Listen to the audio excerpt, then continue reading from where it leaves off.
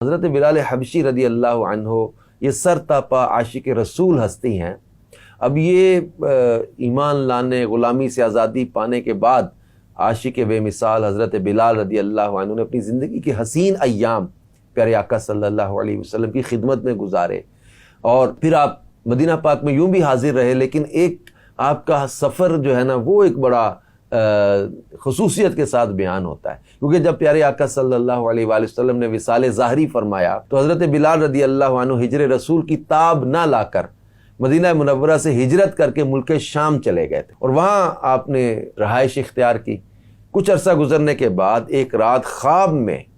اللہ کے پیارے نبی، آخری نبی صلی اللہ علیہ وآلہ وسلم کے دیدار سے مشرف ہوئے۔ پیارے آقا صلی اللہ علیہ وسلم نے جو ارشاد فرمایا تو کچھ اس طرح کے الفاظ فرمائے، ما هذه الجفوة یا بلال اما آن لک ان تزورنی یا بلال، یعنی فرمایا اے بلال یہ کیا جفا ہے، کیا ابھی وہ وقت نہ آیا کہ تم میری زیارت کے لیے حاضری دو؟ اللہ اللہ اللہ۔ حضرت بلال رضی اللہ عنہ بیدار ہوتے ہی حکم سرکار صلی اللہ علیہ وسلم کی تعمیل میں مدینہ منورہ کی جانب روانہ ہو گئے، اور سفر کرتے ہوئے مرکز عشاق دیار مدینہ کی نورانی اور پرکیف فضاؤں میں داخل ہو گئے۔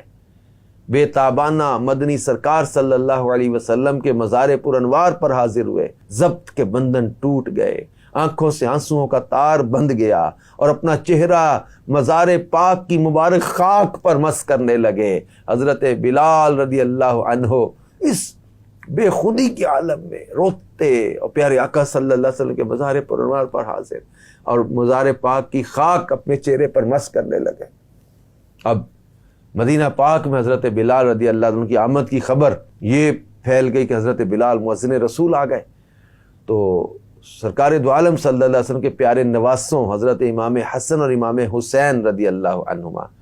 بھی تشریف لے آئے۔ حضرت بلال رضی اللہ عنہ نے بے ساختہ دونوں شہزادوں کو اپنے ساتھ لپٹا لیا اور پیار کرنے لگے۔ شہزادوں نے فرمائش کی، اے بلال ہمیں ایک بار پھر وہ اذان سنا دیجئے جو اذان دیا کرتے تھے، آپ ہمیں وہ اذان سنا دیں۔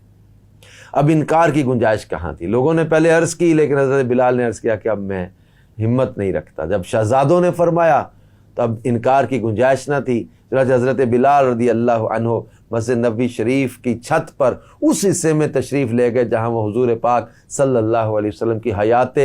ظاہری میں اذان دیا کرتے تھے۔ جیسے ہی حضرت بلال رضی اللہ عنہ نے اذان کا آغاز فرمایا، اللہ اکبر اللہ اکبر، تو مدینہ منورہ میں ہلچل مچ گئی،